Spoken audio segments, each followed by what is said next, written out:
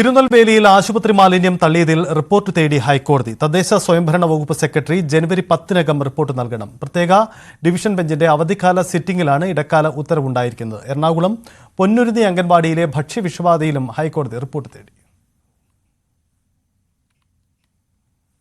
ഇതിനിടെ തിരുനെൽവേലിയിലെ മാലിന്യ നീക്കം അവസാന ഘട്ടത്തിലേക്ക് കടന്നിരിക്കുകയാണ്. കൊണ്ടാനഗരം, പളവൂർ എന്നിവിടങ്ങളിലെ മാലിന്യമാണ് ഇനി നീക്കാൻ ബാക്കിയുള്ളത്.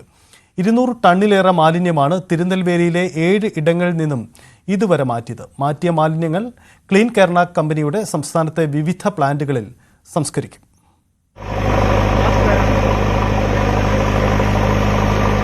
ഇന്നലെ വൈകുന്നേരം നിർത്തിവെച്ച മാലിന്യനീക്ക ദൗത്യം ഇന്ന് രാവിലെ പുനരാരംഭിക്കുകയായിരുന്നു.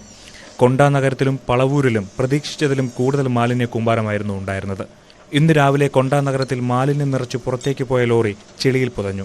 ഇതാണ് മാലിന്യ നീക്കം നീണ്ടുപോകാൻ ഇടയാക്കിയത്. വഴി തടസ്സപ്പെട്ടതോടെ ലോറികൾ അവിടേക്ക് കടന്നുവരാൻ കഴിയാതെയായി. 200 ടണ്ണിലേറെ മാലിന്യം നീക്കം ചെയ്തതായാണ് ഏകദേശ കണക്ക്. പ്ലാസ്റ്റിക്, ആശുപത്രി മാലിന്യങ്ങൾക്ക് പുറമെ ഭക്ഷണങ്ങളും ഹോട്ടൽ മാലിന്യങ്ങളും ഉണ്ടായിരുന്നു. ഒരിടത്ത് പൂർണ്ണമായും മാലിന്യങ്ങൾ കത്തിച്ച് ചാരമാക്കിയ നിലയിലായിരുന്നു. ഇന്നലെ തന്നെ ക്ലീൻ കേരള കമ്പനിയുടെ വിവിധ ഗോഡൌണിലേക്ക് എത്തിച്ച മാലിന്യങ്ങൾ വേർതിരിച്ച് സംസ്കരിക്കാൻ തുടങ്ങി. RCC, ക്രൺസ് തുടങ്ങിയ ആശുപത്രികളിലെ മാലിന്യങ്ങൾ ഉണ്ടായിരുന്നു എന്നതിന് തെളിവുകളും ഉദ്യോഗസ്ഥ സംഘത്തിന് ലഭിച്ചിട്ടുണ്ട്. ന്യൂസ് 18 തിരുനെൽവേലി.